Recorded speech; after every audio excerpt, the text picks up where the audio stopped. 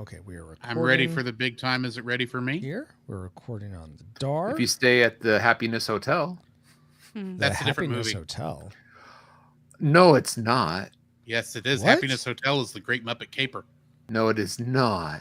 Yes, it is. I've never seen the Great They Muppet don't. Caper. They stay that's where the when I was band really is. young. They meet the band. No, they're at a Presbyterian church. I've never seen An the Great abandoned Muppet Presbyterian church. Are you kidding me? I'm not kidding you. I've seen the movie recently. I know. I'm just Happiness Hotel is realizing. from Great Muppet Caper. It's in England. Oh my gosh! Caper. So many things. Wow, I'm having such an inception moment. Wow. I'm unaware of. My word. There you go, Paul. Thank you. Yeah. All right, let's go ahead and don't mute yourselves, but don't talk for 5 seconds so I can get everyone. Morphin' time! Yes, morphin' There, I put the 5 sec. I put the clip early. Okay, starting now.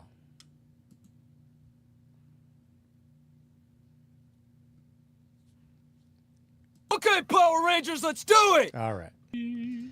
Let's see. I need to look at the right stream here. I Look should at be y'all, streaming. not the actual stream, because I got distracted there for a minute.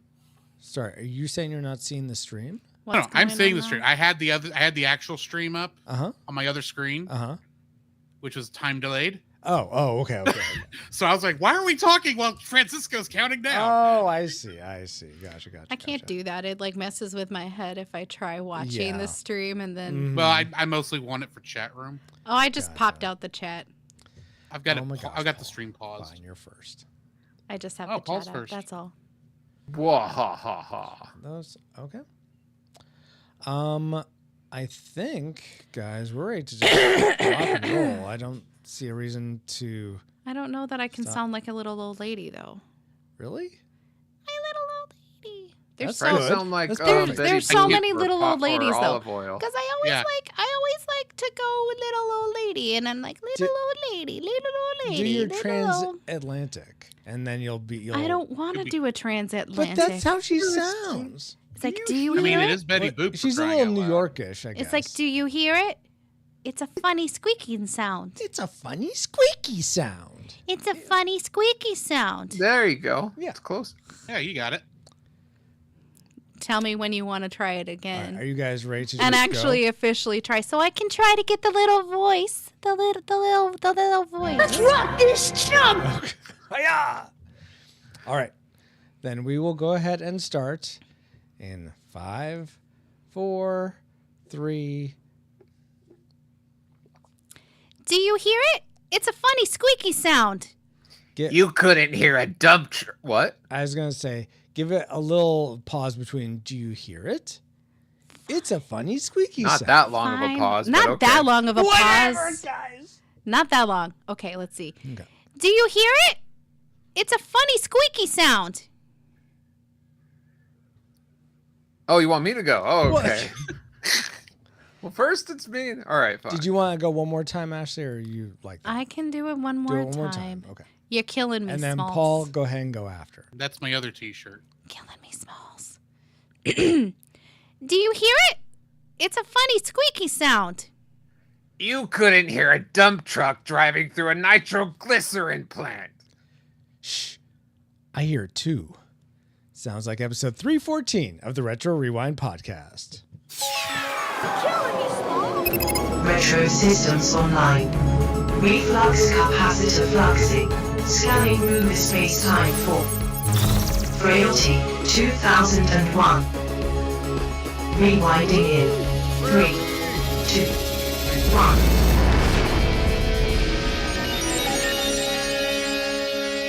Welcome, Rewinders and new listeners, to the Retro Rewind podcast, where we take a fresh look at movies and games from 15 or more years ago. I'm your captain of the pod, Francisco Ruiz, and I'm joined by your XO and mine, Paul, the Paul J. Powers of Christmas.com Powers. Save the neck for me, Clark. Sure, Eddie. And in addition to Paul, we are glad to have back aboard for our film, National Lampoon's Christmas Vacation, Administration Officer of the Pod, Ashley Ruiz. Hey, Ashley. Hi, guys. Thanks for having me back. Of course. Always a pleasure to have you back. And Speaking of people who are back, we're also glad to have back Archives Officer of the pod, Drew Dodgen. Hey, Drew. Can I refill your eggnog there, Roy? Perhaps drive you out to the middle of nowhere and leave you for dead? Roy. It's not Roy. How dare you? No, you can't refill my eggnog because I don't like eggnog. So I've never had it. So. I do. I'll take your fill of it, but I'm not gonna spike it. It's just gonna be the store-bought Isn't stuff. it always like alcoholic usually?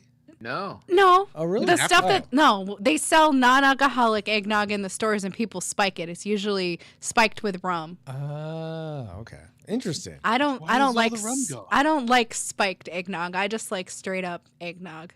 Well, now that we've had our spirited conversation, see what I did there? Because it's hey, it's gold, Jerry, gold. Anyway, now they have a quick flyby of who we are. Paul, can you give us a quick overview of the production specs for National Lampoon's Christmas Vacation? Oh, are we there yet? Sorry. Yes. Okay. Sure. The Dog Who Saved Christmas What's Vacation. the junk? Paul. Released November 28th. Paul, that's not the 2000. movie. That's not the movie. What? Give me a Wintermas present and give me the specs for National Lampoon's Christmas Vacation. The Oh, one written National by- Lampoons. Not Listen to the cast of this: Mario Lopez, Dean Cain, Paris Hilton. I mean, that's classic B-rated stuff right there. That's what not in we're the world reviewing? movie is that? It sounds like a rough and good time. Mm-hmm. Yes, it's the Dog Who Saved Chris. All right, fine, never I mind. think I've seen that movie. I hope not. It's not that good. All right. National Lampoon's Vacation. No. Christmas it. Vacation. That could have been brought to my attention yesterday. If only we planned these a year in advance. If only. National Lampoon's Christmas Vacation. Is that it? Yes, thank you. And Two. here I was afraid you were going to Not say two. European. Not two. European. The first Hawaiian and Vacation. not just vacation. The one with like the grown-up rusty. Oh crap! I watched the wrong movie. Oh no. Wouldn't that be an episode of The Big Bang Theory? All right. National Lampoon's Christmas Vacation, December 1st, 1989.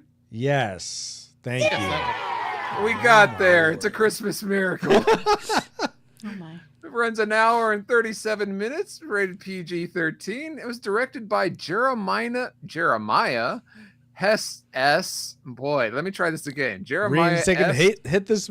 See, I can't talk either. Chichik. Sounds like a gun loading. Chichik. Anyway. Clayton. It's the sound of a It was written gunshot. by legendary John Hughes and was the lead stars being Chevy Chase, Beverly D'Angelo, Juliette Lewis, Randy Quaid, and a few others you may or may not recognize. And the music was composed by Angelo Badalamenti. Close enough. Yeah, Are pretty you good. ready for the box office trivia? I'm ready. Ashley and Drew, are you guys ready? See. Yep, first. And everyone in chat, you're welcome to join as well. Go for it, Paul. Okay, National Lampoon's Christmas Vacation, the first one, was made for about $25 million and earned around $73 million at the box office. Well done. Given this fact, how high in the box office do you think it ranks among the movies released theatrically in 1989? We'll go for the top 50. Top 50. All right. Let's start with Ashley. What is your guess for where this was in the top 89 movies? Always Or- putting me on the spot. Good movies came out in '89, if I'm not mistaken. Indiana Jones and the Last Crusade came out in 1989, and that's a much better movie. But that's neither here nor there. If you're It was saying also number one, so you got So- anyone from after that is so, fine. so I am just gonna go with my good old age because it made some money, but I don't think it would have been enough to break in the top 25. I could be wrong. I've been wrong before. 38. 38. All right. Drew, what is your guess? Did you say what month it came out? December. Yes. December. December December 1st. Okay, so it had a month. I'm going to go 25. 25. Rushmore in chat also guesses 25. I am going to guess my age of 22. 22 times 2. Okay. -1. So 43. Cool. You're being a little pessimistic here, Captain. Paul, where did it Is that a past-mystic? Is that where you were mystic, but in the past? Exactly. Pessimistic, yes. Pessimistic. Where did it actually end up, Paul? According to the-numbers.com, it came in at 19. Oh, okay. Wow. So I believe the captain snuck that in there. That's high praise. Because I'm so young yet so wise. So No. yeah, I think we'll go with that. Wise, sure, but with wisdom, it comes with age. What? No. Just be glad you're not Pinocchio, or your nose would be longer. Oh my gosh. Yeah. Might have to get a hacksaw. Or a chainsaw. Or Otis. Something like that. Exactly. Otis was last time, Paul. Anyway, thank you for those factoids, Paul. And let's see if any of them factor into our memory mind meld or subsequent roundtable discussion, which we will get into once Alice has located our target film. Alert. Alert. Target located. Spoilers incoming. Establishing analysis vector. You better watch out. You better be good. Can I take something out for you? You better not live in the neighborhood, because the Griswolds are spending Christmas at home. We didn't come to impose. Oh, hell, there's plenty of room. Can I refill your eggnog for you? Drive you out to the middle of nowhere, leave you for dead? Chevy Chase. Everybody come out quick, look at the lights. National Lampoon's Christmas Vacation. Starts Friday, December 1st at a theater near you. Indeed. At the year in a year. And we got to look at the lights, guys. But do we remember lights? Do we remember Christmas? What do we remember? Let's find out in our memory mind mode synopsis for National Lampoon's Christmas Vacation. Don't do that to me. Griswold and company need their perfect family Christmas tree, so they go out into the wilderness and pull it out of the ground. Dusty Bottoms, oh my gosh, is putting it in a pool. Or he will once his bonus comes in. So in the meantime, he uses a sled that has so little friction, he sleds like a rocket, but doesn't hurt himself. Yuppie couple gets their fancy stereo destroyed by, I don't know, Margot. Let me try that again. I don't know, Margot. A cigar mishap leads to the family Christmas tree catching fire. The family finally gets their Christmas lights working and become Jelly of the Month Club members. That leads to Clark losing it and kidnapping his boss. A second cigar mishap leads to a craptastic explosion, and the entire Griswold family is saluting their country and is singing the Star Spangled Banner. Merry Christmas and Happy Birthday, America. I mean, a lot of that was right on the money, but some of it was deceptive. Like, Clark didn't actually go and kidnap his boss. No, he's not a kidnapper. Yeah, that was somebody else. Yes, indeed. That was Eddie. But based on those memories, as flawed as they were, what rating did they lead you to predict for this movie before you rewatched it this recently? And when did you first watch this movie? Let's go around and I'll start with Drew this time.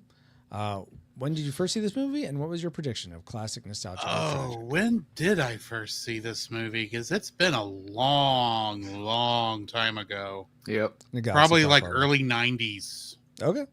So, but yeah, this is a Christmas classic for me. So classic. All right. Ashley, how about you?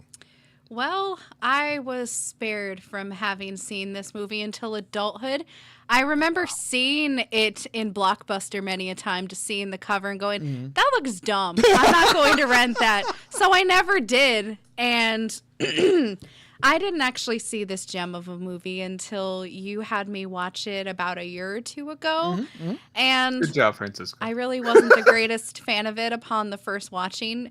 Didn't really have many expectations of that changing. So prior to rewatching, I rated it tragic. Tragic. Okay. Paul, how about you? I severely doubt I watched this in the theater if it came out in '89 because I was in Germany at the time. Batman. Oh. I was about to say we were lucky if we saw Batman. Yeah. Which we didn't. Because the video came out sooner to us than the movie. Oh wow. being really? over there. Weird. Okay. but anyways, but it was probably shortly thereafter. Probably a few years after, like Drew, in probably the early 90s. And I think it's only been a few years that I have not watched this every Christmas since. Oh, wow. Okay. So this kind of goes against our rules that we set up for movies review. I think we've said goodbye to those long ago. Basically, all the rules have been thrown out for what we review and what we haven't. So, but anyways, for me, I was going to predict it a classic, but I also through those years, I've run into people like Ashley who didn't care for it. So actually, my official prediction was nostalgic. Oh, okay. All right. That makes sense. For me, I probably saw this. I really don't remember, but it's one of those movies that my parents would have on for the Christmas season every so often. So I probably saw it like in the 90s at some point. I don't have a firm memory of it, but I remember liking it, but not enough to be like, oh, I always want to see this. I mean, I mainly just wanted to watch it with Ashley a couple years ago because I hadn't seen it in so long, and she hadn't seen it. So I'm like, oh, let's watch this. But I still predicted nostalgic. Like I think it'd probably be fun to rewatch, but it's not like, oh my gosh, go and see this movie now. But it'll be interesting to see if those predictions come true. But first, let's get into things we liked most about National Lampoon's Christmas Vacation. Alice? Best bits. All right, and let's begin with Ashley. What's one thing you liked about this film? So watching this film, well, there were things I was struggling to find that I actually did like. I will say I really did enjoy the dynamics of the family, of the Griswold family. Clark and his children and his wife and his in-laws and his own parents and even to his cousin-in-law. I felt like the family had a really balanced dynamic, and there were even times watching this movie, I'm like, gee, this is making me remember all of the Christmases that I had with my family.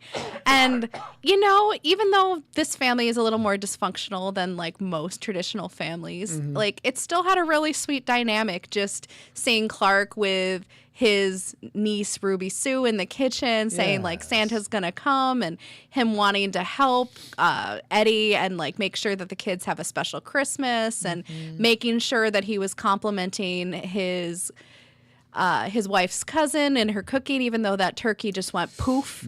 He was still so kind, and it was a really sweet family, and I love to just see like they could be sweet yet sassy with one another, and they were sarcastic, and it was just really fun to see a large extended family together during the holidays. So I feel like it was a great representation of that. It is interesting how sweet and how sour these people are. Yeah, it definitely got like that full range of the dynamics because it showed them in so many different lights. It was so much more believable than like a Hallmark family Christmas movie, which is just saccharine sweet, and you're just like, ugh.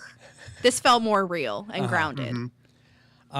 I think also because of that, this leads me into one of my likes is, I guess I'm sure someone else has made this term or made this portmanteau, but this movie felt so nostalgic Christmas. Nostalgic Christmas. I don't know. I get it. Okay, good. See, because I'm combining nostalgic and Christmas. You're trying. Yeah, you explaining it helps it. Sure. Good. Yes. But what I mean by that is everything about this movie felt like I was in the Christmases of my youth. There's just something about it, some quality, even though I didn't grow up, some of my Christmases, we had snow and whatnot when I was in Colorado, but lucky, but not a ton. Even better. But still, even though that wasn't like my experience every year, it's still so much about it just felt so just like my Christmases growing up. And I don't know why exactly. So I think that element of this movie, and I think some of it was because the family was just, it felt such like a real family dynamic with different people having different quibbles, some people getting along well, some people not. It's just really great. So, so that's something I liked. Let's go to Drew next. What's something you enjoyed about National Lampoon's Christmas Vacation? I enjoyed the fact the animated opening sequence of Yes. this. Probably entirely too much. Really? That makes one of us. Actually, it makes two of us because that's also my first like. Continue, Drew. I miss good opening sequences both in movies and television. Here. And then this is like not just a good opening sequence. This is like watching a Looney Tunes cartoon before the movie. Exactly. Like from back in the day. It's funny to watch. It's the credits aren't boring to pay attention to. I know how much Paul hates white text on black backgrounds, and this is as far from that as you can possibly get. True. Yes. Without just being a reverse of black text on a white background. But why can't he seem to do anything right? He's done all these houses up until this point, and now he's just like, I trying can't to get get this you bag down the used to chimney. the ineptness about to come later in the movie. it was Francisco, foreshadowing. it's been a long night for old Saint Nick. He's tired, and as always, there's always that one house that just is never going to work right, and that's what it happened to be. What I'm assuming, the Griswolds. Yes, Property damage. Oh yeah, there's a lot of property damage. I don't know. The Santa Claus taught me that there's magic that Santa Claus has. The to get Santa through all Claus? these- So- yeah, the Santa Claus, exactly. Okay. So, You go by of all the Christmas specials, you're gonna pick one that's the ultimate truth, and that's the one you pick. Okay. You go with the one that was my second movie to see in a theater. Yes. Anyway, I also like. I totally agree. The intro, I thoroughly enjoyed it. Yeah, it reminded me of those shorts that you'd watch before a movie. Get right into it, and it also has that great song in the beginning. So you know, it's great, and also with the music, this movie also introduced, at least for me, that song. I copied, like, if you go to, here's a hint, if you go to the end credits, you can copy the song, hook up your tape player next to the stereo, hit record. As a kid, that's what I did to get the song to add it to my Christmas list, my playlist. Yeah. But it has also introduced me to Ray Charles's Spirit of Christmas that came on while he was watching the old movies. You know, Christmas is the time of year. Oh, okay. I enjoyed that. Yeah. So all these great songs. I mean, who can forget this classic? Dang it! So, wow. The intro, the first part of the cartoon, it began a list of great songs also in this movie. All right. So the intro was your guys' both. Yeah. Your next like. Paul, give us another one. What's something else you like though? This was also my classic maker, but I'm gonna say the humor is my number 2. Okay. And there was not only a lot of funny lines, quotable lines, but also there's a lot of physical slapstick humor, which I appreciate. Mm-hmm. So having the combo of both throughout the film, I thought was great. Okay. Yeah, I could totally see that, Paul. Ashley, did the comedy make your like list, or was there something else that really appealed to you?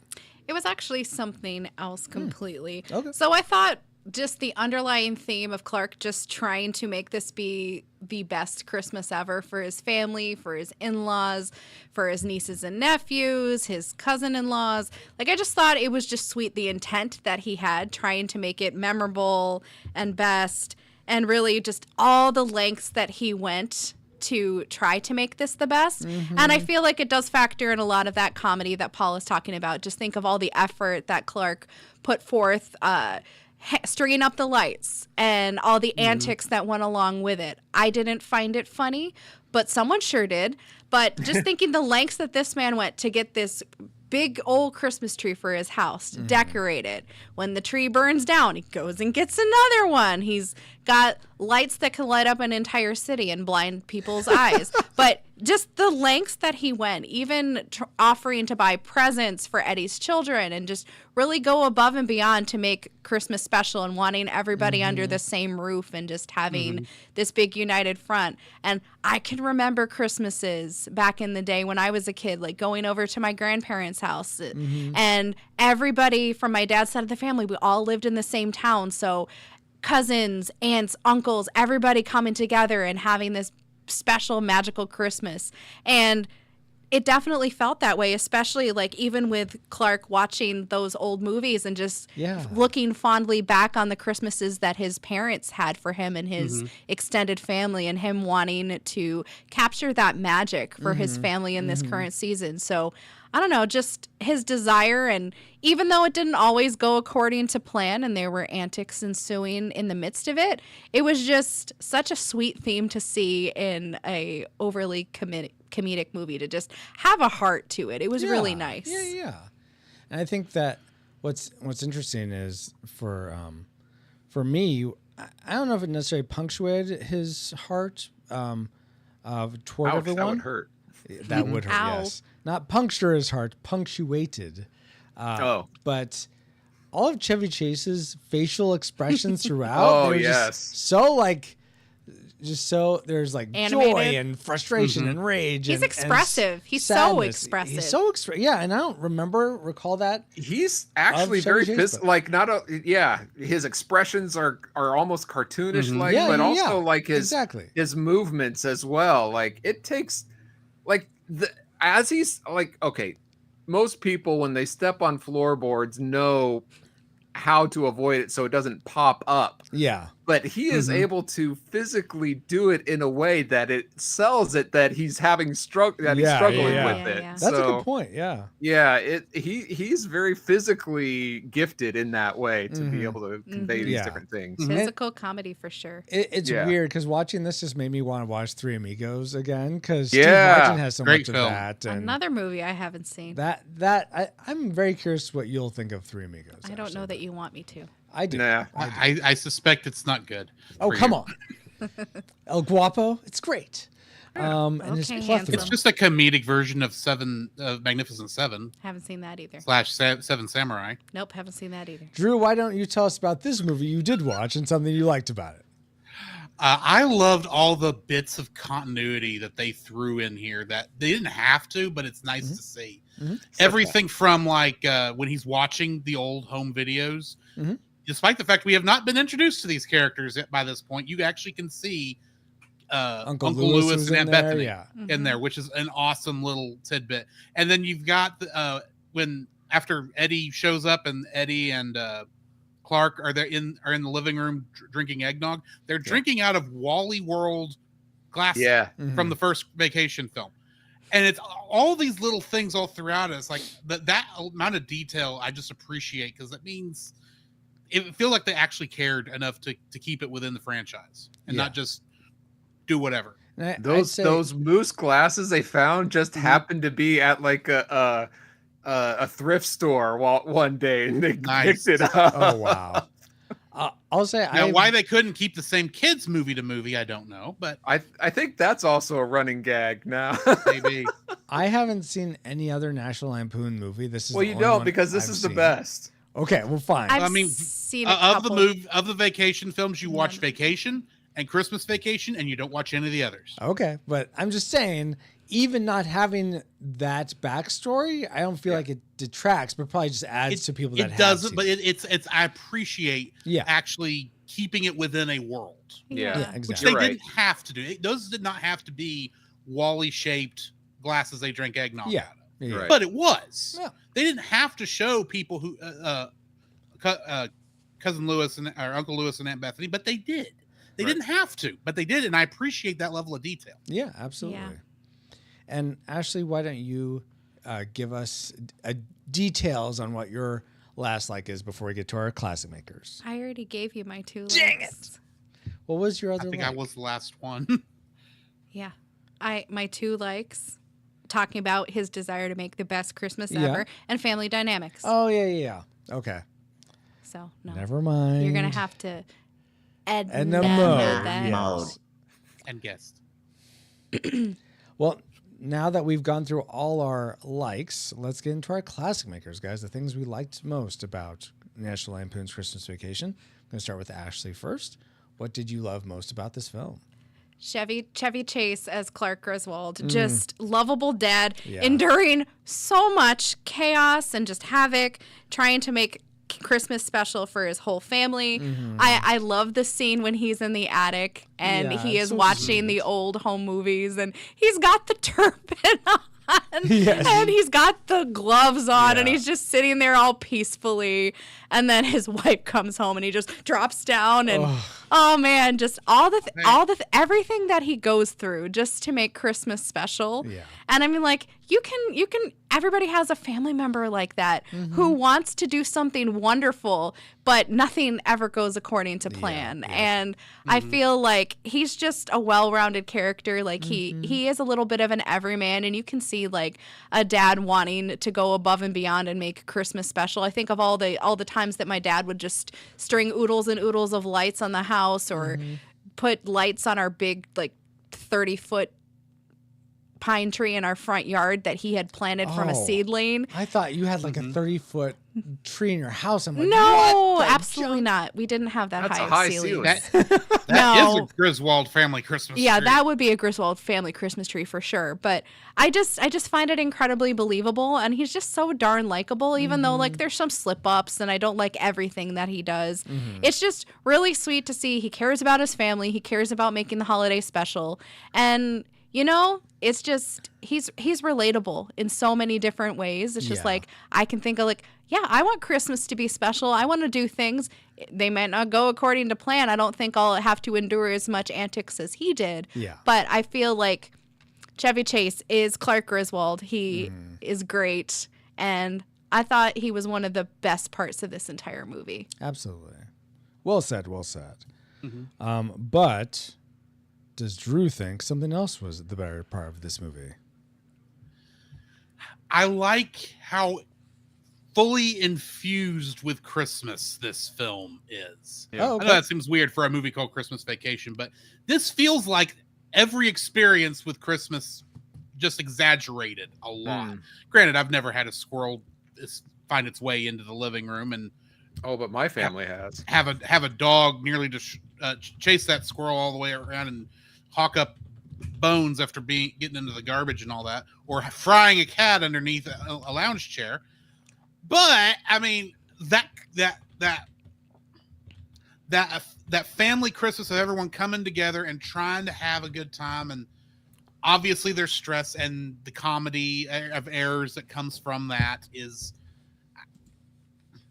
I don't know. I just love the Christmassiness of the film. How full it is. It's like this was the beginning of my Christmas this year. So watching this that's film. awesome. So no matter what I just said, I just posted on Facebook. Do you usually? Well, here's a quick sort of aside question: when do you guys put your Christmas tree up during the year?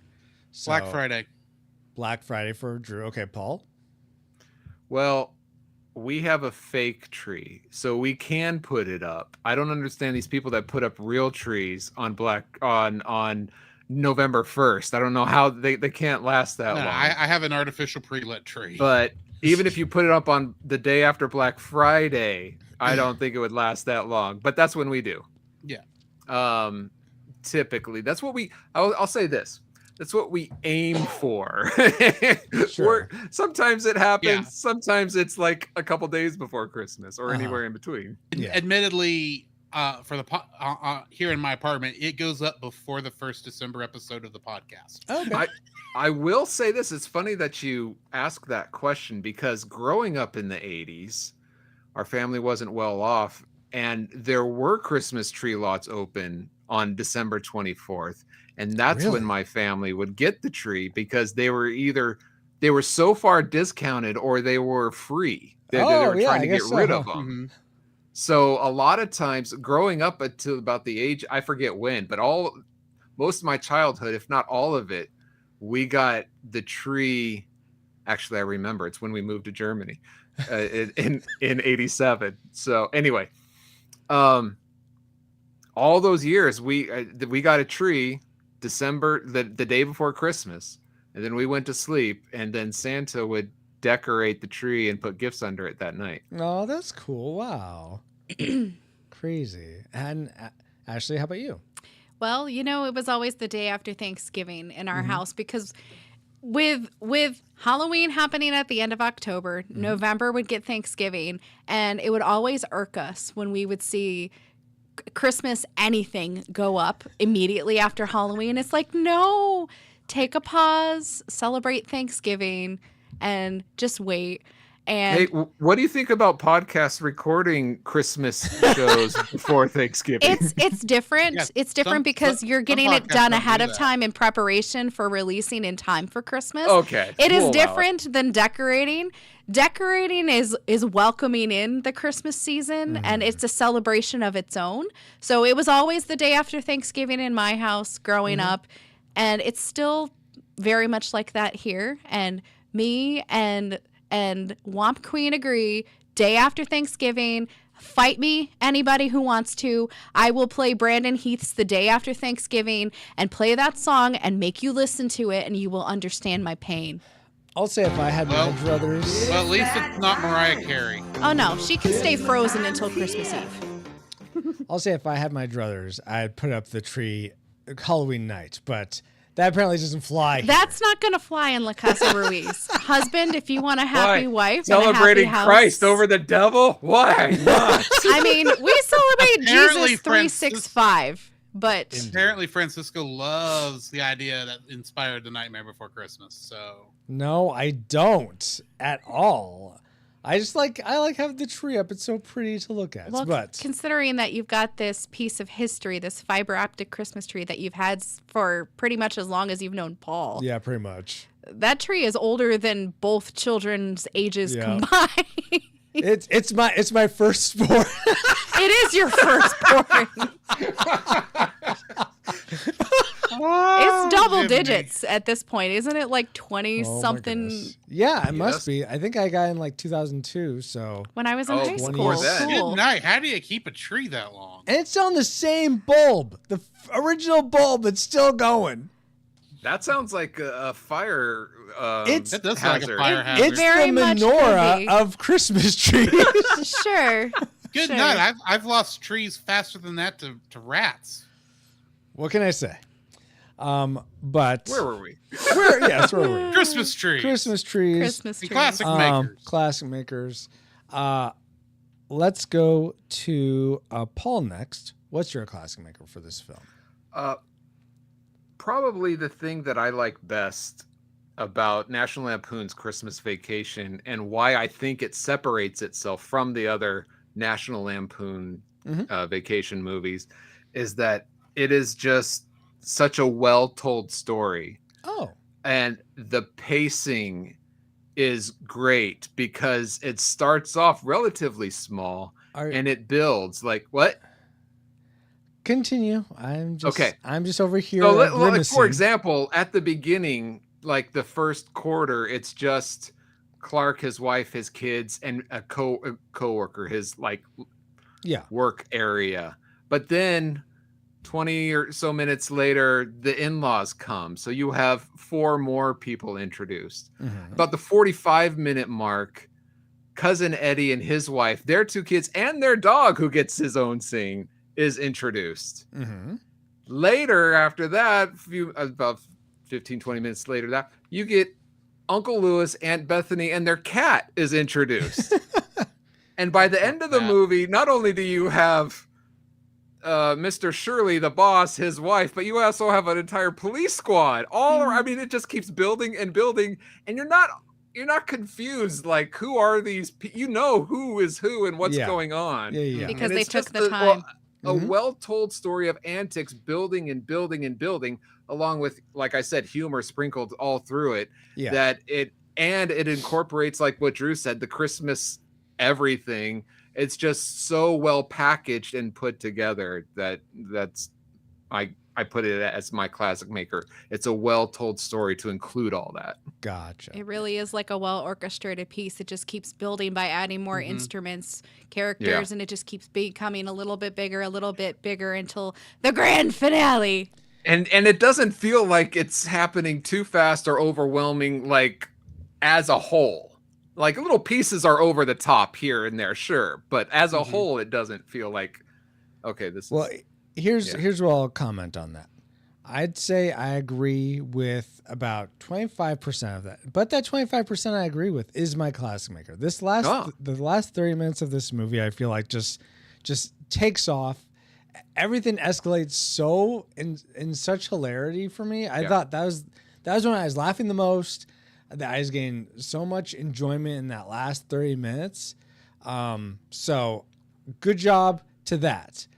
The rest I'll comment later. But yeah, so those are our classic makers for National Lampoon's Christmas Vacation. The things we liked. But you know what?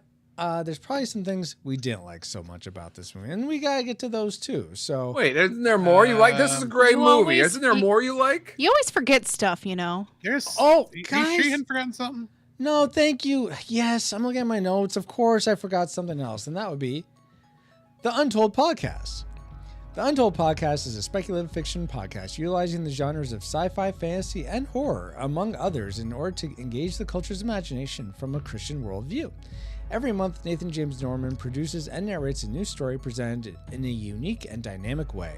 Check out the Untold Podcast at www.untoldpodcast.com to listen and leave them a review on Apple Podcasts.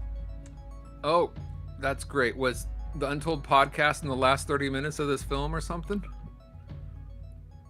Yeah, you didn't see it, Paul? You didn't No, I've seen this movie about 20 time. plus times. I've never seen the Untold Podcast. So I guess you just gotta listen more carefully. I don't know what to tell you. I guess it's so untold you don't notice it. Yeah, no one told me. Okay, No fine. one told You know me what? either. Cat's out of the bag. There's nothing about And Untold in this it's movie. burned under the couch too. Yes, that's true. Oh no. How about some trivia about National Lampoon's Christmas Vacation, though? Yes. Oh, yes, much better, Okay. please.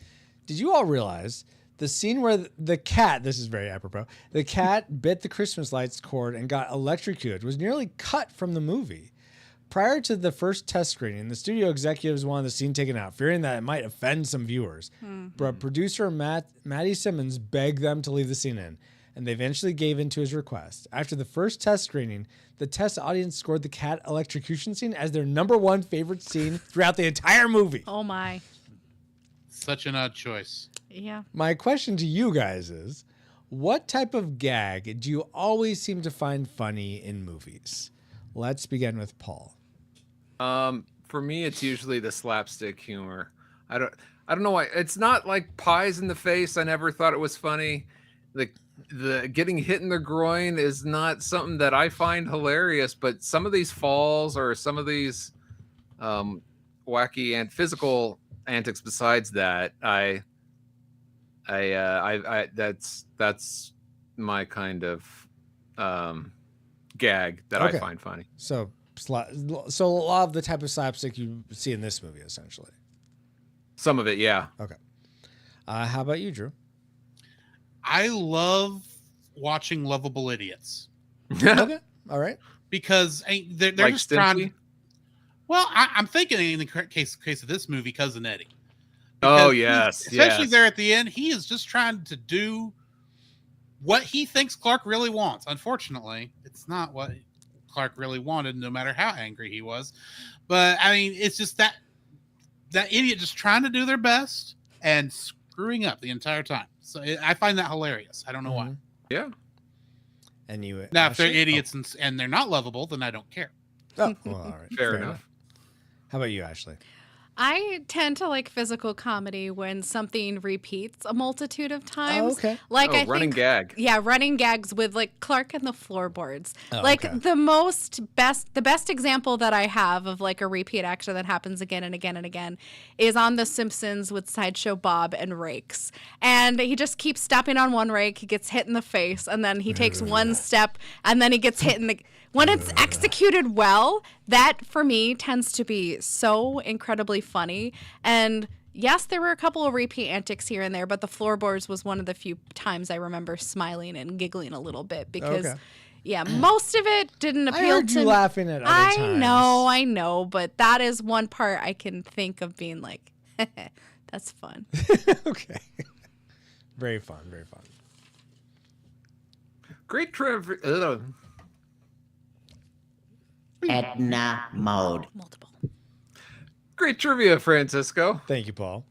And now that we've all had some trivial fun, let's find out what memories you, the Rad Rewinders, had about National Lampoon's Christmas Vacation. Let's do it. So Patrick Edwards says every single line. That's amazing. So I want to see a one-man performance of this movie by you, Patrick, since you know every single line.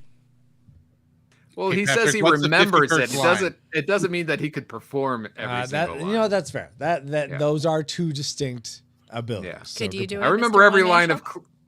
What? If I remembered every line, maybe. I can remember every line of Clue, but I can't. I wouldn't be able to recite it. Anyway.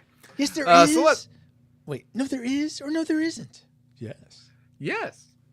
Oh. Anyway, Celeste Morris says, and the rocket's red glare. She says, Grace, she's dead, Jim. Jeff Eames says, Interesting. Edna sorry, Mode. I still have a little bit of this. Oh, that's right. You're like Uncle Lewis. You need your stogie. Give me my stogie. Jeff Eames says, saying grace, I pledge allegiance to the flag. Clark, worse. How could things get any worse? Take a look around, Helen. Or Ellen, whoever your name is. We're at the threshold of hell. Or You couldn't hear a dump truck driving through a nitroglycerin plant. There you go. Who Will Say Generation X podcast says, what do I remember? I don't know, Paul, Margot. And then he leaves a clip with, And why is the carpet all wet, Todd? I don't know, Margot. Thank you for playing that, Paul. Oh, those two. And thank you all for sharing your memories of National Lampoon's Christmas Vacation. And much like, Juliette Louise Dreyfus and the other guy were probably upset with the Griswolds, maybe there's some things we are upset about this movie. So let's get into the things we didn't like so much about this film. Worst woos. Let's begin with Ashley. What's one thing you didn't like about this film? I know there's not 1,000 things you don't like about this film. Go. I can cull it and limit it to the two in my tragic maker. That's easy. Okay. One thing that I did not like was just how much tension there was with all the antics that Clark and his family kept enduring. I think of that beginning scene where when they're driving to go get their tree and they're stuck underneath that logging truck. And I'm just like, oh my gosh. Yeah. I am like sitting there and I'm like, this is making me so uncomfortable. It's just so... I don't like it. It makes me uncomfy. I don't like it when Clark is setting up the lights and he's climbing up the ladder and he's falling down and he's trying to hang on for dear life to his tree. I'm like, I can feel my heart trying to like escape my chest because I'm so nervous for this guy. I think of everything that's happening when he's in the attic and he like partially falls through to the bunk beds through the ceiling, and how when he's sitting there watching the movie at the home movies in the attic and then his wife comes back, pulls out, and he just falls down.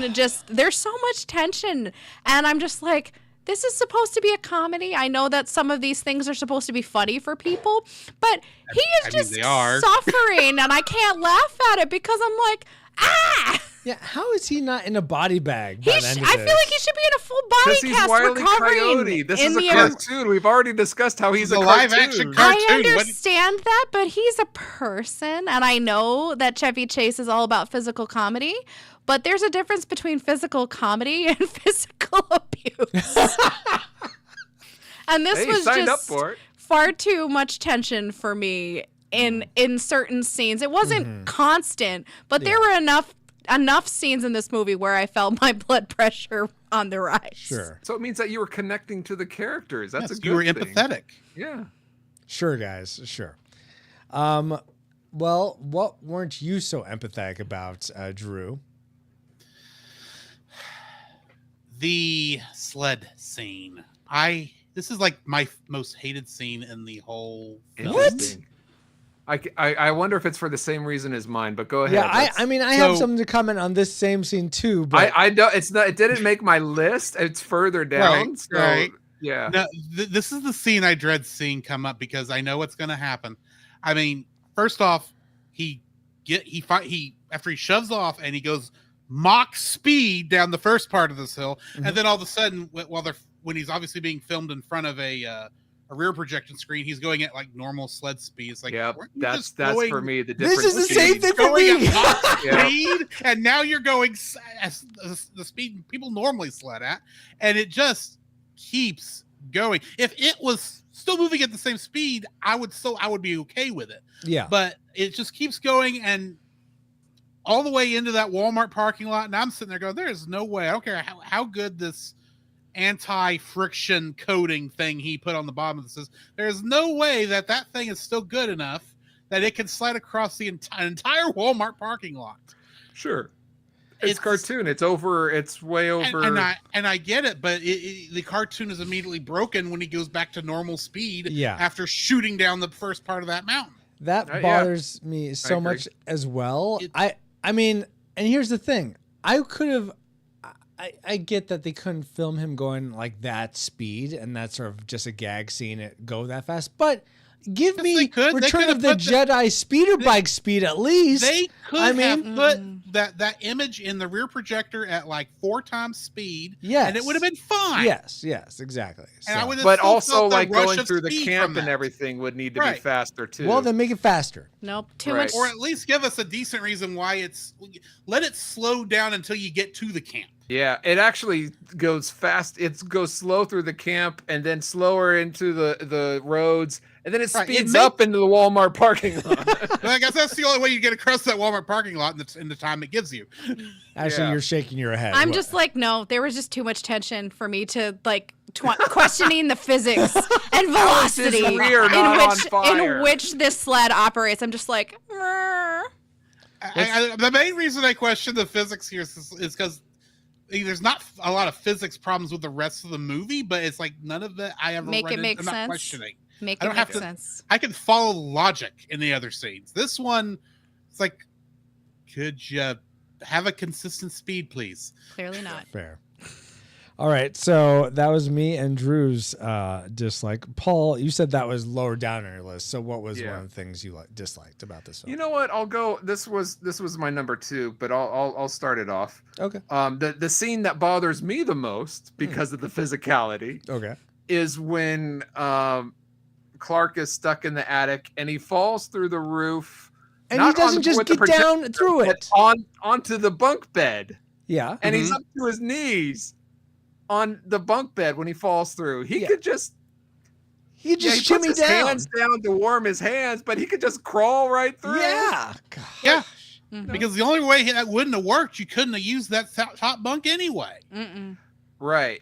And then, if you want him to fall through a little bit so he couldn't fall, don't have him land on the bunk bed or put a bunch of stuff on. I don't know. Yeah. And so that's the scene physically that bothered me the most. That it doesn't make sense. Yeah. Ashley, let's go back to you. What's something that didn't make sense for you? Ugh. So much. Cousin Eddie. Ugh. He's great. No. He's the best part of this Here's film. the thing. I find him hilarious. I do find him funny, but I can probably understand why Ashley doesn't like him. No. Once he's introduced, the real movie begins. That is not how I beg to differ. Agree to disagree. And I don't like Cousin Eddie. He's a disgusting freeloader. He unloads his toilet from his camper into the sewer. That snotty dog is disgusting. The fact that he thinks kidnapping is okay because Clark basically asked for it. Him just going to Walmart with him and just loading things into the car. It's like, oh, it's no big deal that you buy this for me. Showing up unannounced. He's just super creepy. And the fact that he just shows up on Christmas and doesn't care to tell anybody about it. And he's not one for charity, though. Yeah, not one for charity. Just like it's not charity. It's family. It pretty much, yeah. No, I can't stand him. He makes me feel uncomfortable. Like he's someone's creepy uncle, and he really is. I know, but like I feel like Randy Quaid does it just a little too well. And I feel like you are supposed to get those vibes. Like everybody's got a creepy family member somewhere. Everybody's got like some degree of Eddie. Maybe not like exactly. If I don't know who in my family that is, does that mean it's me? That's usually how that It could works. be. That's usually how that works. But I'm saying, It depends, Paul. Have you been out of a job for 17 years because you can't find something in management? yeah, you're looking for management, but you don't actually have any skills to prove that you could hack it. No comment.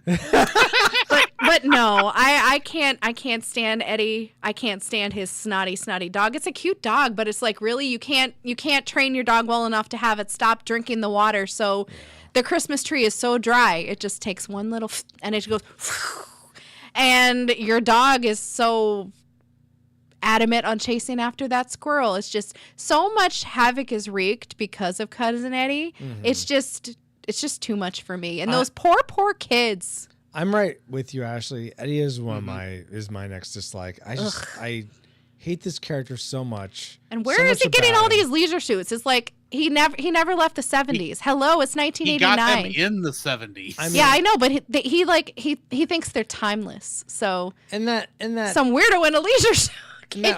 Horrible. He's the Uncle Rico of this film. Oh, I hate Uncle Rico. I hate that movie. I hate Uncle Rico. And I think I hate Eddie just a little bit more than Rico. Although they both give me sketchy family member vibes, and it's just like, if I ever met the equivalent in my family of Cousin Eddie, I don't know who that is in my family. I'm not going to take time to figure it out.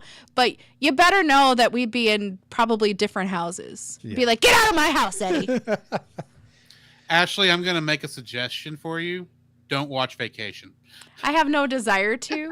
I have absolutely no desire to see any more of these. I don't think you would enjoy it. Vacation movies. I've seen a handful of other National Lampoon movies outside of the Vacation franchise, and those were super duper weird. And I don't think I'd ever go back and revisit. But this is probably the only one that I'd ever revisit if I ever considered it. Just for clarification, Drew, when you say Vacation, are you talking about the non-Chevy Chase one? The original Chevy Chase one. Okay, National. The first one. Because honestly, I don't suggest watching the others to anybody. Yeah. Because they're not that good. I agree. Bobo says, get Ashley a Christmas sweater with #hater on it. No, I needed to say I made the haterade. Oh, my God. Seriously, just like, I'll make that. I'll make ugly Christmas sweater with a Gatorade thing on it, but it says haterade. Exactly. That's what it needs to be. But yeah, I'm right there with you with Cousin Eddie. Ashley, I did not like his character at all. He's hard to like. Paul, what's something you didn't like at all? Maybe your first dislike since you did your second first. Bothers me is so minute, but I don't know why it gets on my skin, because everything about this movie, the production quality is great. I mean, the sceneries, the scenes, everything is great. But let me guess. You make your friend watch a 4K version through their horrible internet connection. That's what you hate about this. You know what? I can agree with you. You know what? That was number 6 on my list. Thanks for bringing it up. No. Okay, and like I said, I don't think anyone else would ever notice this, but I'm curious. Okay, they bring in the first tree. It catches on fire. Yes. So he replaces it with a tree from the front lawn. Yeah. Once that tree is brought into the house, it is a fake tree. Yes. All the needles are the same length. It is if you ever look for it, unfortunately, once you see it, you cannot unsee it. Oh. It's like whenever they're looking for the squirrel and everything in that tree, it's a fake tree. And everything else is real. Yeah. Why not go the extra, get a real tree? Yeah, I don't know. When you actually get that close up of the squirrel when they see it, that is a fake tree. Yeah. I think the squirrel is fake in some scenes also. In some scenes. It is. Oh, funny thing on that. It's done in a way that it doesn't stand out that bad. Yeah. What were you gonna say, Paul? I was about to say the funny thing on that is while they were filming for 3 months, they were training a live squirrel, to be chased by the dog. I remember this. And when it comes to filming it, they say we got bad news. Like, what? Well, the squirrel's dead. What? Boys, why? What happened? I say, well, squirrels just don't live that long. Sorry. Wow. That poor squirrel. Mm-hmm. All right. Then that leaves Drew. What's one last thing you dislike before we get to our tragic makers?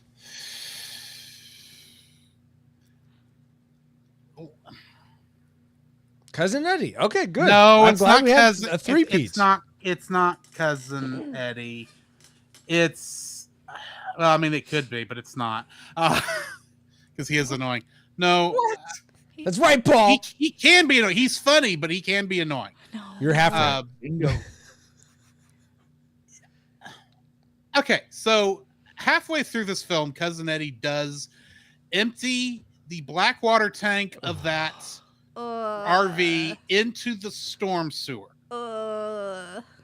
We know that gas is there until the very end of the film because that's what blasts the reindeer up. The reindeer and Santa Claus up into the sky. Is that also what causes the tree to light on fire? Like gas? That's just because the tree's dry.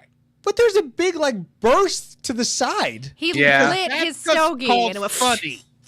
But it that's because it's a cartoon. Yes, that's the humor. Everything is exaggerated. I'm hating this movie even more now. Jeez Louise. I thought it was like the fumes, but I'm like, okay, why are the fumes in the house? I've heard that before, but no, it can't be the fumes because it doesn't cause any damage to the house. Yeah, that house would have exploded if it was that. No.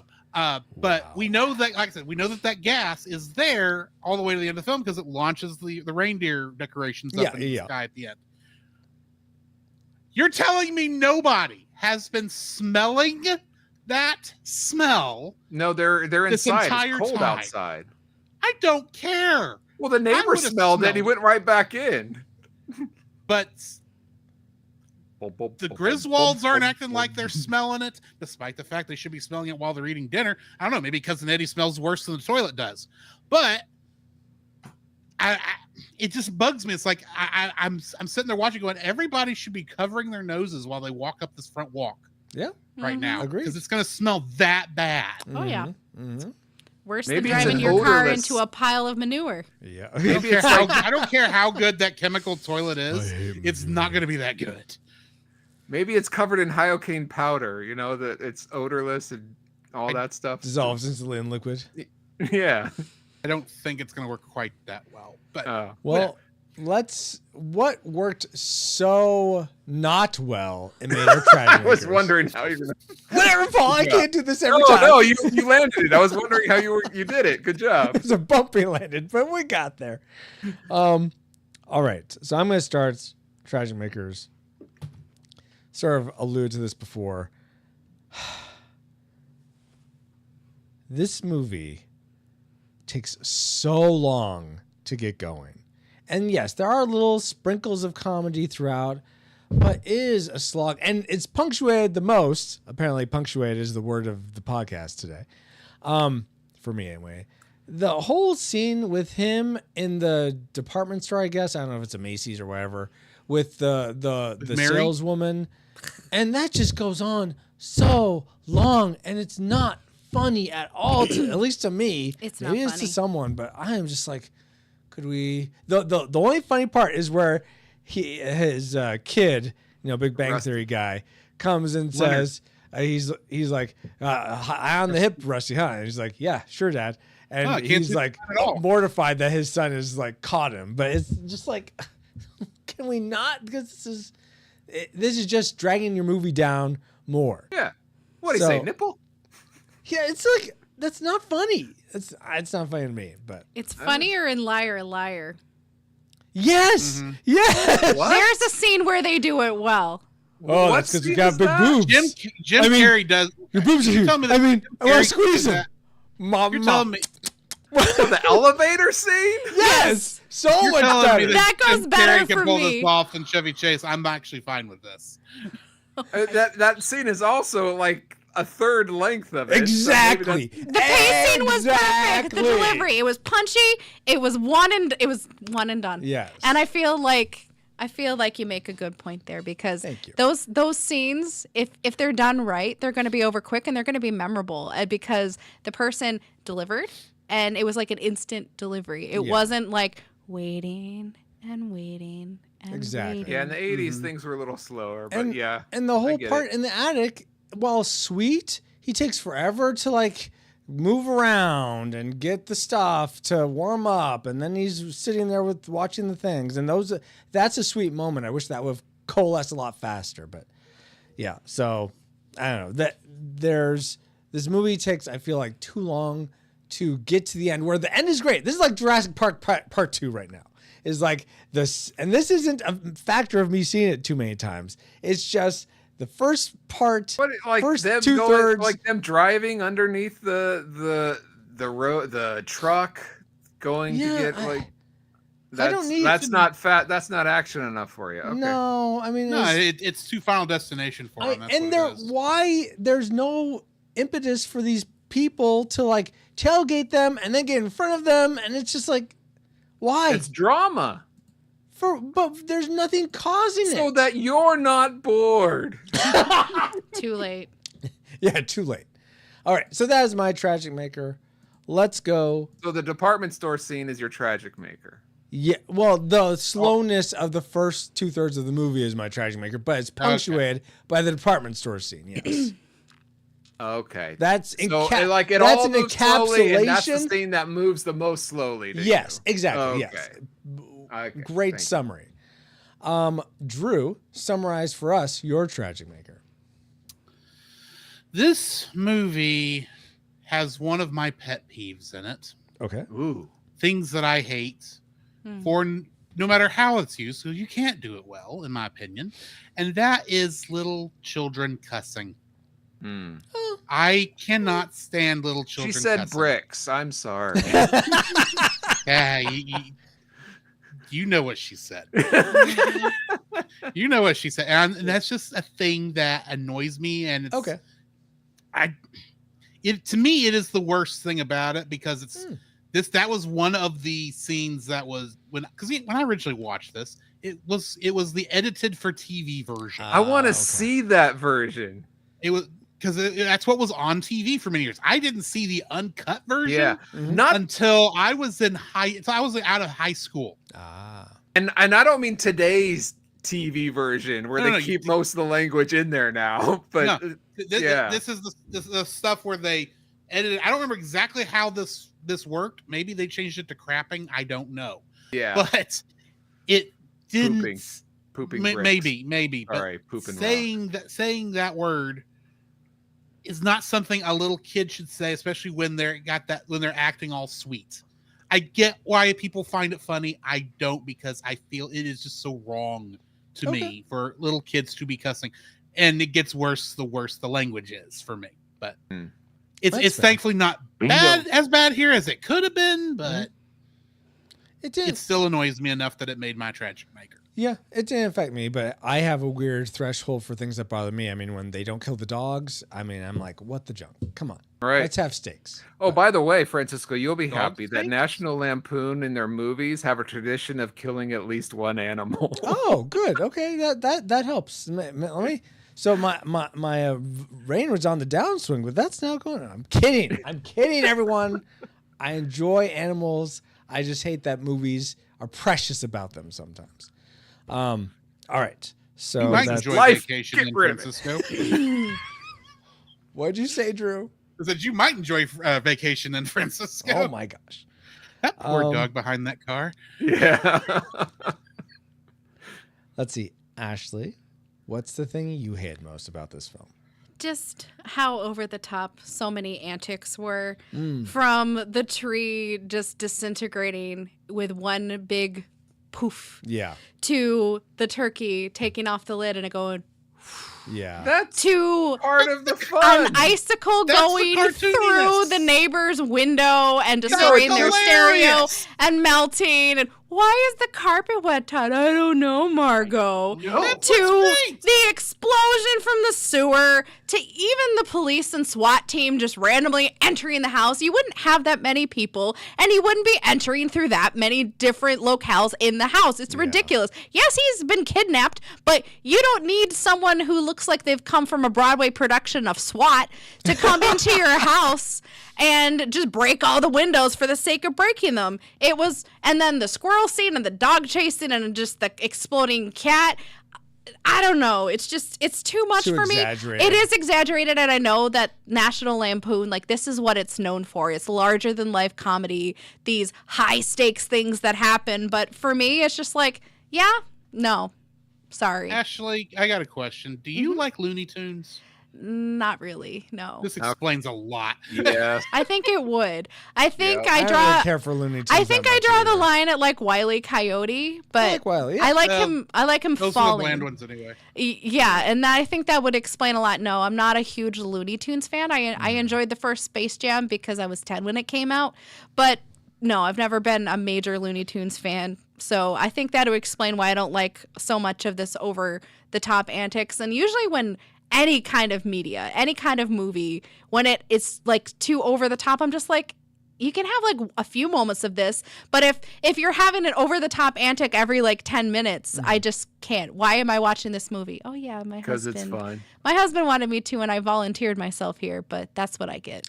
Indeed. I'm sorry that you have to keep watching these Looney Tunes-esque films, Ashley. It's better than Oh Brother Where Art Thou. Indeed. Ooh, I will disagree with you there. That was worse. That was so much worse. But Not hey, touching that with a 10-foot pole. it's no thief in the cobbler.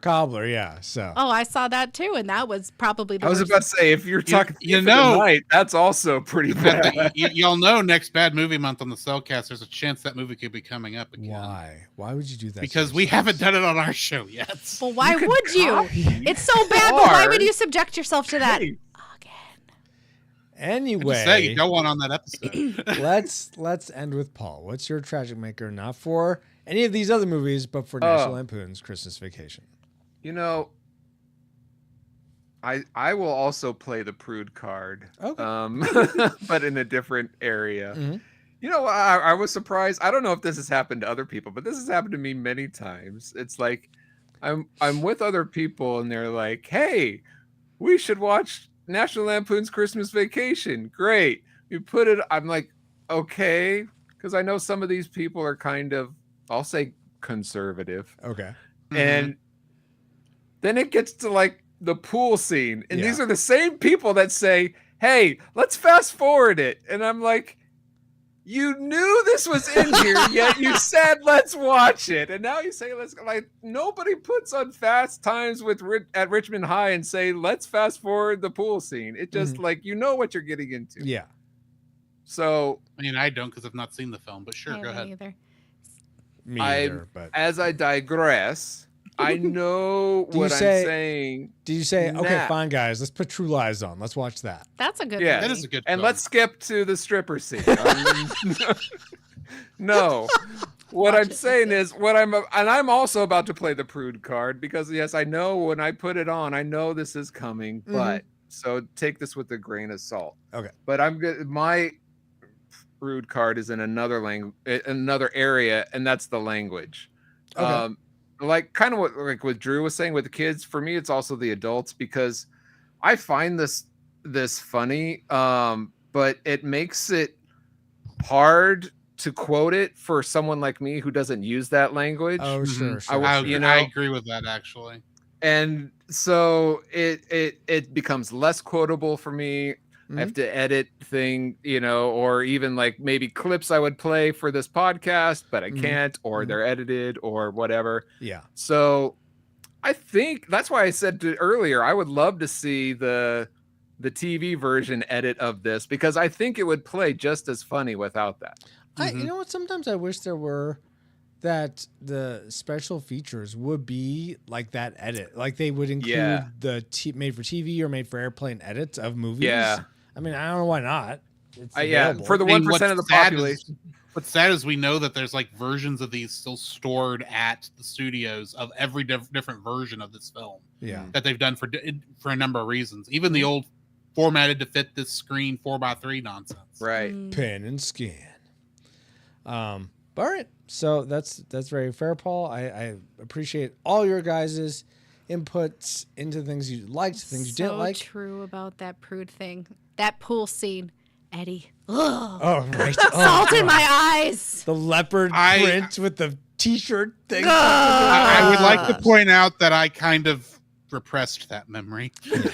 No, if we're all going to suffer, we're going to suffer together. But now that we've entered all our suffering, firing trajectories into the targeting computer, Alice, do you have a firing solution for us?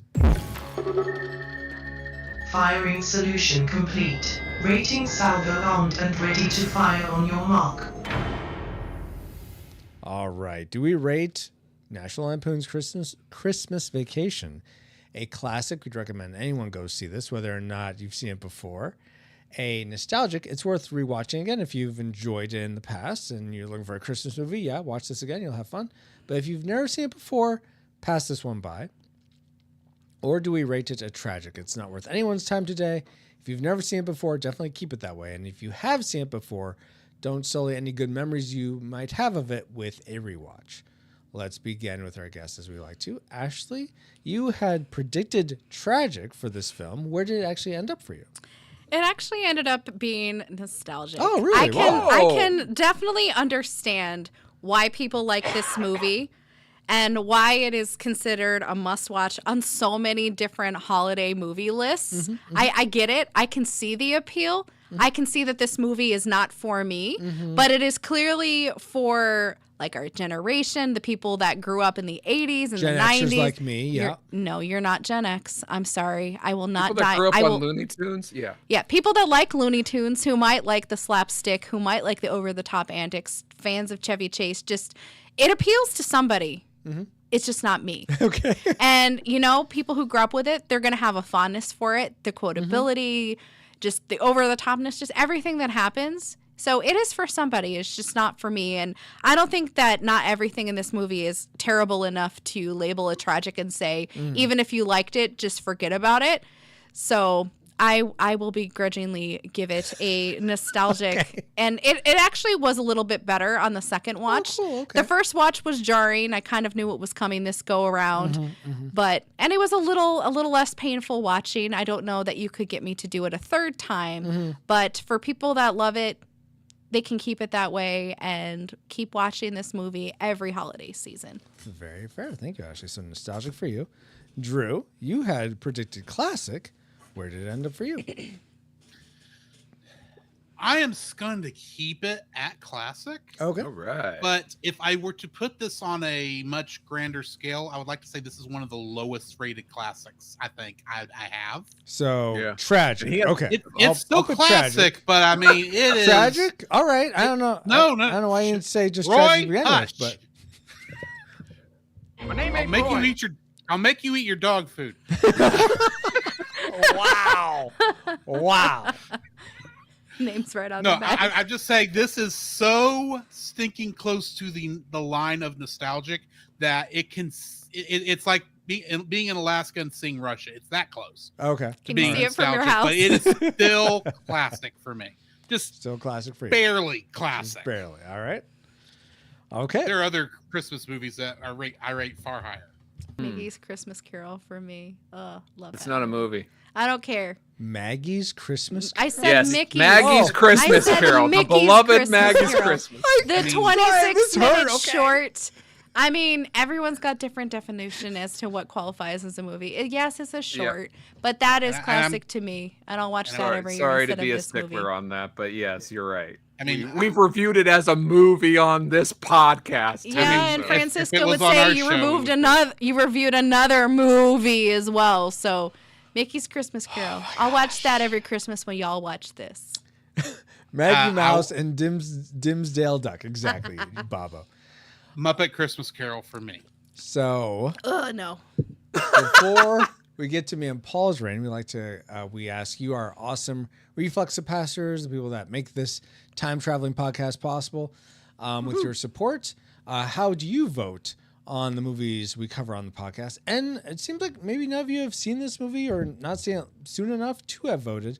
So we don't have a vote from you guys, but thank you for the support. 2 voted, so we don't have a vote? No, did I hear that right? We didn't have any votes. Oh, 0 I mean, if you give me a second, I can go vote right quick. No, and you can have you can't. something. Don't double dip. Yeah, no double dipping. But we will get on with Paul's rating now. What did you rate? Get on with it. You had predicted Get on with it. Yes, get on with it. For me, it would probably be a classic, but like Ashley, I'm gonna vote nostalgic just because of all the others. I see it, so I'm gonna hold to that nostalgic. So let me double back real quick and this is gonna be for you as well, Paul. But Ashley and Paul, what Christmas movie would you rate higher than this? For Ashley, would it be Maggie's Christmas Carol for you? I'm going to punch you. I just have to get out of frame and get over there. No, 1994 is The Santa Claus. Oh, that is a Christmas classic. Yes. I absolutely adore that movie. Here. And I have nostalgia goggles for that because I You saw know it what? because I was a kid. I was a kid in 1994. Yeah. And it was just, it had all of the magic of Christmas, and it was a family movie. There really wasn't any cursing. There wasn't really anything to be like, oh, I don't really like that movie for this reason, this reason, this. And I'm sure people can pick it apart if they really want to, but that captures the magic of Christmas for me, and that is a much watched for pretty much everybody, unless they hate Disney. And even you like that movie. Yeah, so. yeah. What were you going to say, Paul? I was about to say, let's open that question up to everybody, because after all, it is Christmas. All right, you know the It's a phrase Christmas like, miracle. yeah, we got a bunch of them this episode for you. So you've heard people say, "Oh, it isn't Christmas till I've seen Hans Gruber fall off." The Nakatomi Tower. Yes. I need an advent calendar where he's just falling down, like the Christmas that'd be calendar. awesome. I'd like a tower and use every day. Yeah, he falls down a they have floor. that. No, I've seen it. I'm sure we can make it. I will find it for you, awesome. and I will show you, because I have seen someone actually do that, and I feel like that would be a great way to welcome in the Christmas season. Awesome. Die Okay. Hard is a Christmas movie. I have seen it. That is a good one too. Lies. So for everyone here, for you, what is your ultimate Christmas movie? Like, it isn't Christmas until you've seen. Oh, I see. Gotcha, fill in the blank. Mickey's Christmas Carol and or the Santa Claus, if you want to just only count traditional length movies. Okay, that's fair. Well, if we're choosing doubles, I'll go with Muppet Christmas Carol and A Christmas Story. Oh, Okay. Never saw it. well, I can Francisco's quote thinking A Christmas Story. for let me for think. me, it's Gonna probably shake one her you haven't out. seen either. Most people haven't. For me, it's not Christmas for me until I see Albert Finney as Ebenezer Scrooge in the movie Scrooge from 1970. Oh, I do like Scrooge. I with like Bill Albert Murray. Finney. I like Albert Finney. I would probably go watch that movie. It's a musical, so Ooh, I'd probably like that too. You know, 1970. Check it I out. don't know if I necessarily have one where I would classify as I haven't experienced Christmas until I've watched this movie, because I don't think I ever I don't think I have a movie. It's like not that. Christmas until my tree is up and the After music Halloween. of the Peanuts is playing. Yeah, Christmas time is here. No, but I guess the one that comes closest, Santa Claus would be it. But just to pick something a little different than that, I really no, stay with the Santa Claus. You totally want to be in cahoots with me. I am, but I'm just picking something else for other people. Oh, boo hiss. I really enjoy, and this is only half. This only half works, but Lion the Witch in the Wardrobe, Which version? the Disney version. I know, Okay. I know, but I really appreciate. I think that works. Francisco, do yourself a favor and just call it the Walden Media version. The Year Without a Santa Claus. It's not Christmas until I Because it's watch not that because that's not movie. Disney. I actually haven't seen that movie. I love that movie. It's so But, fun. Oh, It's a that's TV the Rankin special. Bass. Yeah, it's a TV special. That's where the Miser claymation Brothers one. and those terrible songs come from. But yeah, that's super fun. Bobo, just because it's the Disney version doesn't make it a Christmas miracle. But yeah, I feel I mean, like Francisco does like some Disney stuff. It's just none of the new stuff. It's a very short list. anyway, I feel like Lion the Witch in the Wardrobe works great as a Christmas movie and as an Easter movie. So I like it for how it plays both those domains. The duality of Jesus Lion. Exactly. It's the birth and the resurrection. Exactly. See, all in a 24-hour period. Anyway, so that leaves Christmas Carol and It's a Wonderful Life, Bieger. Those are good ones, except for It's a Wonderful Life. But which Christmas Whoa, Carol? whoa, It's whoa, not whoa. like is it the 2009 Jim Carrey weird CG version? Yeah, that's a good of point. Christmas I'm not sure. Carol. You can't is, just say, the problem with A Christmas Carol is it's a genre in and of itself because of how many times that story's been adapted. I don't know if you could call it a genre, I mean, hey, but Mickey's Christmas Carol is an adaptation of A Christmas Carol, yeah, and then you've got the 2009 version, Yeah. and You got there's the so Robert many, Zemeckis version. yeah, there's so many different iterations of it. It's just like, Muppets. ugh, I hate Muppets Christmas Carol. I made it 5 minutes through and turned it off. I'm just Well, saying. there goes I Mrs. Humbug. Humbug indeed. There goes. No Jersey Muppets. Scott. says Humbug. Okay, I've never That's my seen, wife's favorite as well. I've never the seen that 1984 one. So many version. things I'm missing out on. So- but no Muppets Christmas Carol in this house. So we are missing out on my rating for National Lampoon's Christmas Vacation. We have nostalgic from Ashley, classic from Drew, nostalgic from Paul, and for me, I'm going to rate it nostalgic as well. It's not like the best movie ever. We just went around and said which ones we would prefer, but I still find plenty of it funny and fun.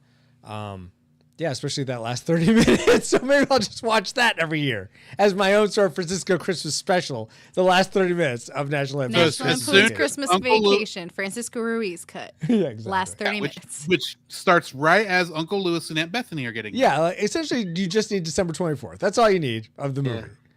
I'm fairly certain that was the elevator pitch for this movie. But according to the Retro Rewind podcast, we rate National Lampoon's Christmas Vacation a disputed nostalgic film. We recommend it. If you've seen it before, go watch it again. If you haven't seen it before, go watch something else this Christmas season. But now it's time to get back to our own time. Good old 20XX. 20XX? ComSat online. Awaiting incoming transmissions. 20X mess. Feels good to be back, but we wouldn't have been able to travel back to 1989 to begin with if it weren't for our amazing reflux capacitors, namely Deborah Powers, Geek Devotions, Drew the Cellcast, you're right here. Hey! Ashley Ruiz, you're here too. Kennethan, Fabulous Lomax, That's Our Baba, D. Tungsten, Mr. Lost, Daryl Hafner, Cool Deluxe, Dustin, He's a Big Deal Warford, Flux, Redeemed Otaku, in addition to 2 other awesome patrons as well. Thank you all so much for keeping the gigawatts coming, and if you want to help keep us flying and get bonus content for your generosity, head over to retrorewindpodcast.com/support to start. Edna mode.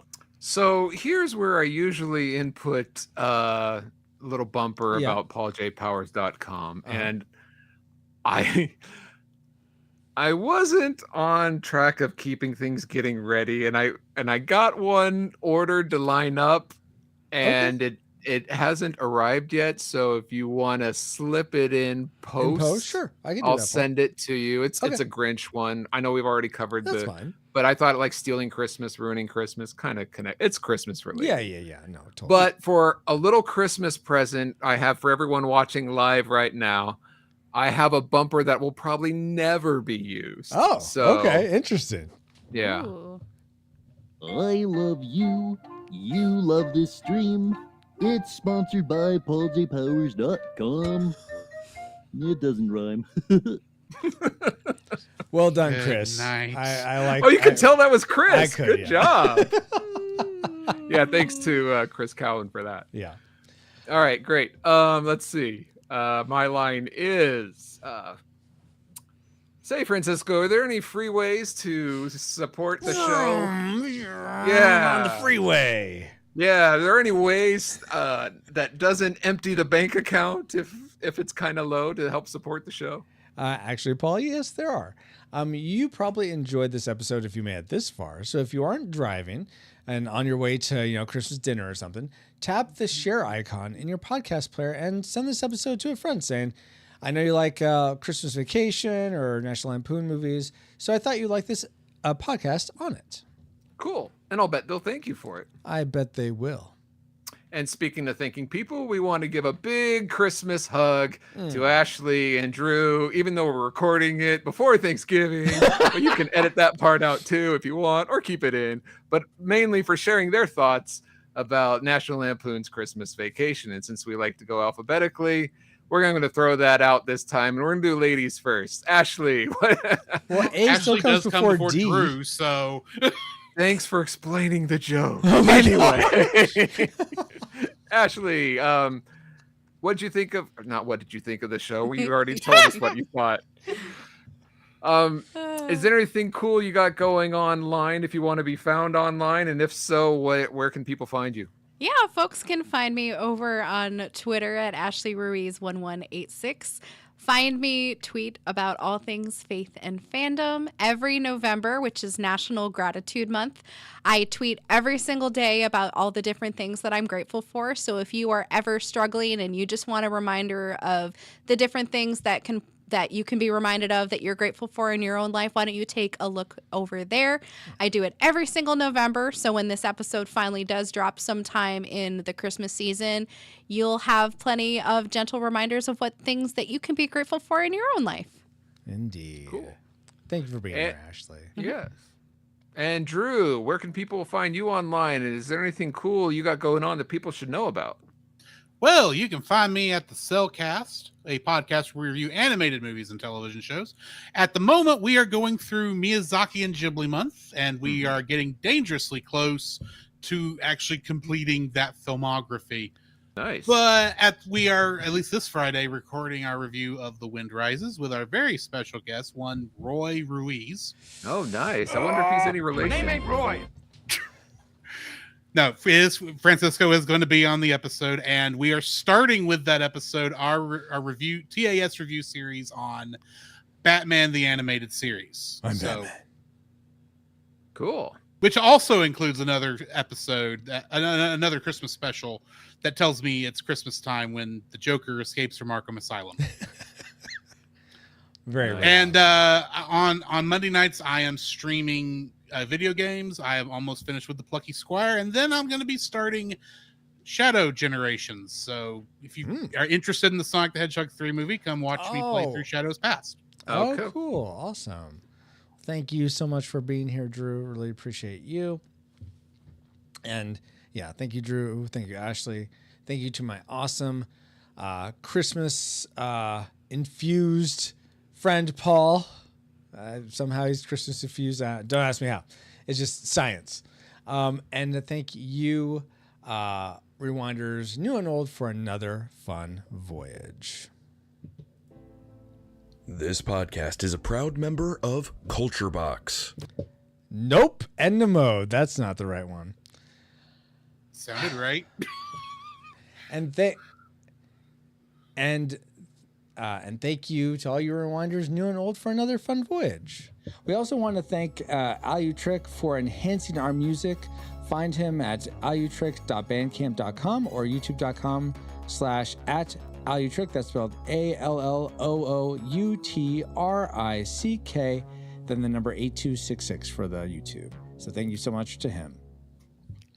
Dang it! Fix it in post. Edna mode. No, he has to do it now. It's one of those because it cues me up to respond. Yeah. Fix it now, then. Fix it now. Do it now. Yes, get over there. Oh my gosh. A line must be drawn here. And don't say that you're going to do your best. Your best. Only losers. Your best. Losers always whine about their best. That's Winners another good are movie. sponsored by PaulJPowers.com, like this stream here. Okay, there you go, Paul. All right. Thank you all indeed. And you can find me. I am PaulJPowers.com. You can find... That's not right. Sorry. I said you find me twice. Well, You can find me 3 times at PaulJPowers.com if you want to keep that in, but that's okay. I'll try it again. Thank you all indeed. And I am PaulJPowers.com. You can find me and all my social media links at PaulJPowers.com. Yeah, and you can also, Paul, I don't know how long you're going to be doing it, but for now, and hopefully still when this episode is dropping, most weekdays from 4 to 5 p.m. Pacific, you could watch Paul drawing on Twitch at twitch.tv/PaulJPowers.com. .com spelled out. You can go to PaulJPowers.com and click on the Twitch link. Oh, if or it's do still that. there. But yeah, so if you want to see an awesome, chill art stream, check that out most every day. Well, thank you, Francisco. Yeah. And where can people find you? You can find me on our Discord for show announcements or just to say hi. Join us there at retrorewindpodcast.com/Discord and keep tabs on the board game I'm designing at junkyardjuggernauts.com. This podcast is a proud member of Culture Box. a curated collection of podcasts, videos, and articles that will provide you a balanced meal of content. You will find culture celebrated for its past and future, satirized for its extremes, explored in study, and created anew in story. Point your web browser to culturebox.media. As young Uncle Lewis said before he started smoking cigars, we are now part of the Culture Box Media Network. Find all the shows unpacking truth through story, comedy, and geekery at culturebox.media. I might just do that. Thank you, XO, and thank you for listening. We pray you're more joyful today than when you first hit play. But like a Pokemon, we got to catch you all for A Christmas Story, our next adventure in Wintermas on the Retro Rewind podcast. You'll shoot your eye out, kid. Retro Rewind mission complete. Proceed to base to await next mission.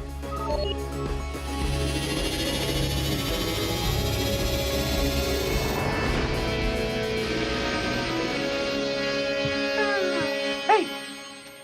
If any of you are looking for any last-minute gift ideas for me, I have one. I like Frank Shirley, my boss, right here tonight. I want him brought from his happy holiday slumber over there in Melody Lane with all the other rich people. And I want him brought right here with a big ribbon on his head. And I want to look him straight in the eye, and I want to tell him what a cheap, lying, no-good, rotten, four-flushing, low-life, snake-licking, dirt-eating, inbred, overstuffed, ignorant, blood-sucking, dog-kissing, brainless, hopeless, heartless, bug-eyed, stiff-legged, spotty-lipped, worm-headed monkey he is. Hallelujah! Where's the Tylenol? Where did you find that? Was that an edited version? Maybe. It was, as I know that outrage. Yep. Oh my goodness. There were two words missing, and well, a couple words more than that. Yeah. So there was at least 3. So so we're gonna move on to the spiritual speculation now, guys. Probably not too much, just a little bit that we're gonna do. But thank you, B. Greer, Bobo, Skip. Let's see who else was here. Ken was here. Ken, Sean. I think Sean left. Rushmore Show. Everyone that was here and still is. Here, still is. Thank you so We much love for you hanging all. out. Hopefully you had fun. It is always fun getting to do the show and see you guys here in chat. But yeah, until next time, here is your stream face. It's that time, Christmas time.